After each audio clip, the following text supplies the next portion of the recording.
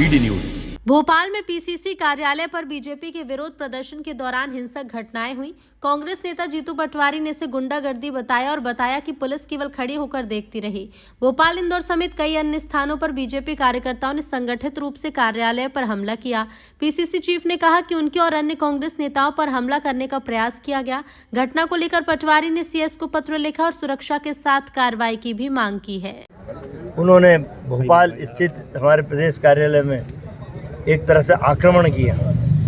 ये लोकतंत्र की स्वस्थ परंपराओं के खिलाफ है। यदि किसी राजनीतिक दल के खिलाफ आप जाते हैं, दूसरे दल के लोग, तो शांतिपूर्वक प्रतीकात्मक धरना या आंदोलन करते हैं। लेकिन भाजपा के गुंडों ने यहाँ के इंदिरा जी की प्रतिमा के पत्थर तोड़े, कांग्रेस दफ्तर का गेट तोड़ा, यहाँ हुड़दंग मचाया, पत्थर फेंके। ये स्वस्थ परंपरा के खिलाफ ये भाजपा का कार्यकर्ता याद रखे, मोहन यादव, नरेंद्र मोदी भी याद रखे कि हमेशा क्रिया की प्रतिक्रिया होती है। सत्ता किसी की भूपति नहीं, सत्ता बदलती रहती है।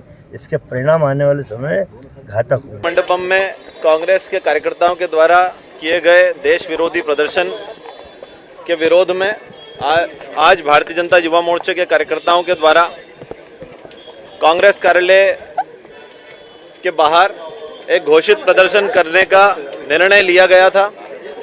जब उस शांतिपूर्ण प्रदर्शन को एक प्रोटेस्ट करने के लिए भारतीय जनता युवा मोर्चा के कार्यकर्ता कांग्रेस कार्यालय के बाहर पहुंचते हैं, कांग्रेस कार्यालय की तरफ से पथराव और कांग्रेस कार्यकर्ताओं के द्वारा डंडे लाठियां हिला करके भारतीय जनता युवा मोर्चा कार्यकर्ताओं को चुनौती दे करके अनेक प्रकार से उकसाने का और अनेक प्रकार से अपशब्दों का प्रयोग किया गया।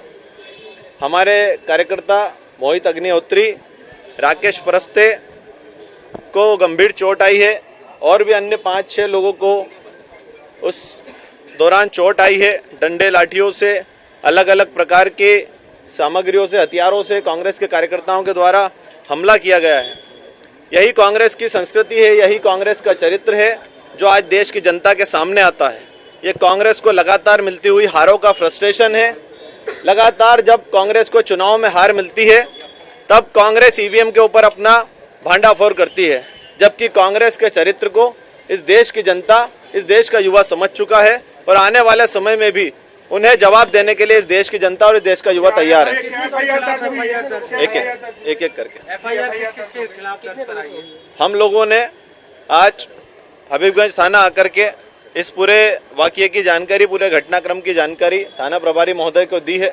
इस संबंध में शिकायत करते हुए मोहित अग्निहोत्री और हमारे राकेश परस से 2 कार्यकर्ताओं को जो गंभीर चोटें आई है, उस संबंध में भी पूर्ण जानकारी हम लोगों ने थाना प्रभारी महोदय को बताई है और एफआईआर की कार्रवाई सुनिश्चित की है।